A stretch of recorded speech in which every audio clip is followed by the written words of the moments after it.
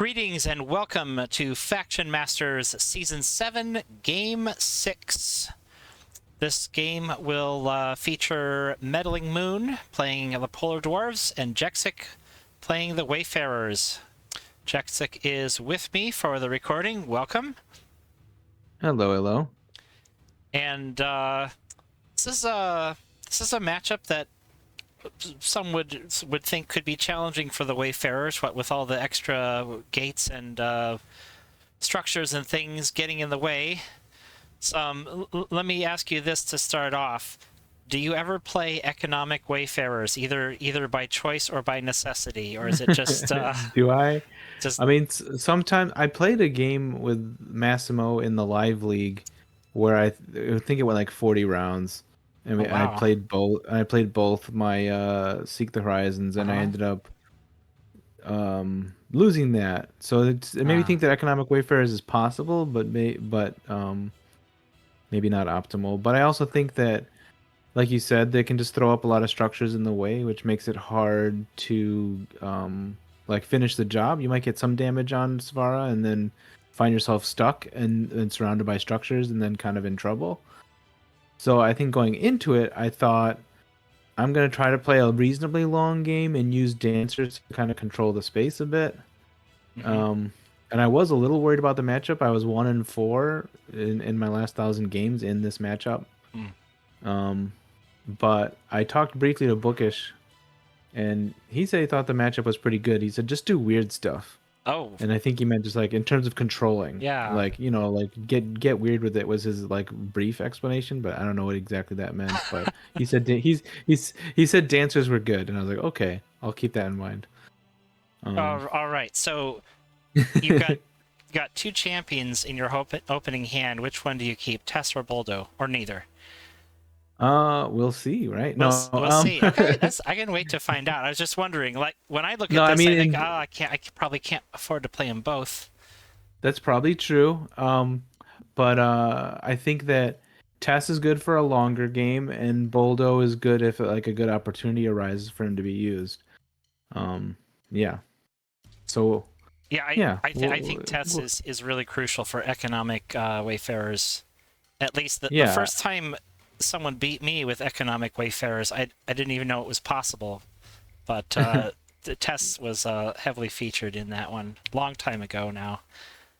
Yeah, I think Tess is quite good. I probably play her more than most Wayfarers players, but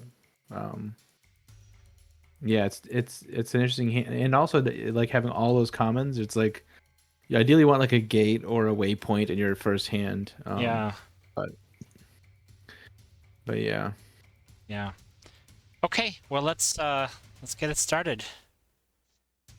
Polar Dwarves go first, being pretty aggressive, but you want to keep the Wayfarers on their side. Yeah. So here I was thinking I'm gonna try to cover both gate spots, even though they can move the gate. I was still kind of thinking I want to try to take out this Frost Mage, get it away from the gates, and hopefully block that gate off with 2. And I did manage to take it out. And you'll notice I kept both Tess and Boldo on that first turn. I saw that. Yeah. Well, you're up to 6 magic. I wasn't sure what would be better, so I was like, let's see what opportunity presents itself. I see a good opportunity for Boldo. Right, and I did decide. Yeah. Anyways, I'll let you talk. Yeah. So then I did decide to summon Boldo and just like, you know what? You only left 1 vector, but it's good enough for Celeste and Boldo to start hitting. And then I used the Dancer to get on the opposing side, and then go ahead and take my shots. And I got a 3 out of 5 with Celeste and a 3 out of 3 with Boldo. So right away, Svara's down to 6. But and then I would see what kind of defensive things they do to try to shut Boldo down.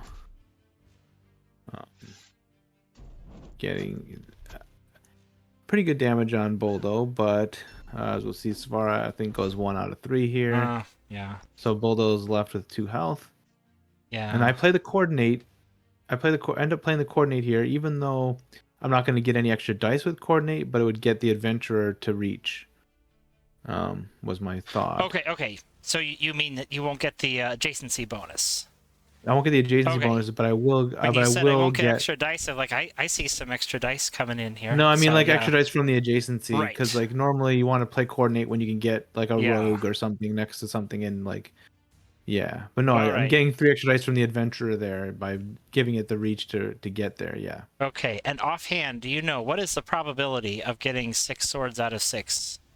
I don't know offhand, but I could calculate Okay. it. No, Because you it'd be gotta. like it's I could calculate it. I just want to know if you knew well, offhand. it's 2/3 raised to the six, so it's Yep. 2 to the 6 is like 64 with over 6 to the 6 is 12, 16, so pretty low odds actually, right? Yeah. Yeah. Or Well, yeah. you got the expected result, 5 out of 6, Yeah. and you got Celeste took care of that. Oh, and you tossed Gusto. You think you won't Toss need him to Gusto. get back there? Well, also I didn't think I was gonna have time to summon him in Ah, terms of my okay. magic, you know. And I did have a gate that turn, so I summoned that and put that up Yeah, there. I see So that. Gusto would be less useful. That's true. Um, and then they're gonna start trying to take my gate out, but they whiff on their ice golem attack. And then I like summoning the adventurer there, so I could summon 2 things out of the forward spot. Yep, it's a good tactic. And then I just go for the frost mage because I did, yeah, I wasn't gonna be able to take out the bear. So even though frost mage isn't in a very dangerous position without any structures by, I still just wanted to try to cut through the things that are in the way.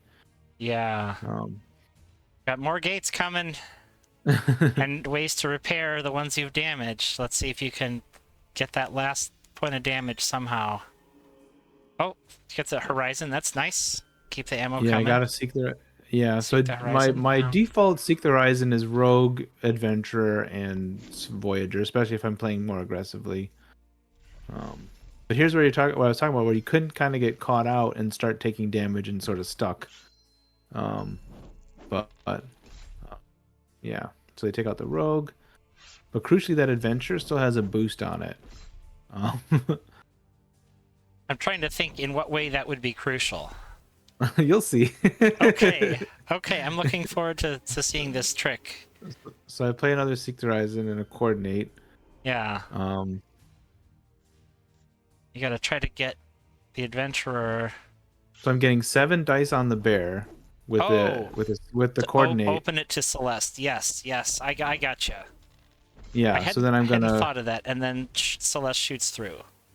Yeah. There we So I get go. 3 out of 6 there, and I think she gets 3 of them. Okay, that's game. Nice one. So it was. Yeah, but getting Boldo early. I had both champions early, but Boldo ended up being the right call, I think, Yeah. instead of Tess. Because I often like to play Tess when I have another gate early. Mm-hmm. Like what I like to do is like put a gate on the edges, and then have Tess get summoned off of one of those side gates, move forward, and pull my 10 gate way up. But Yeah. I didn't get. Or if you have a waypoint, and I don't think I got any waypoints this game either. So it wasn't really a Tess game, even though I do like Tess quite a bit.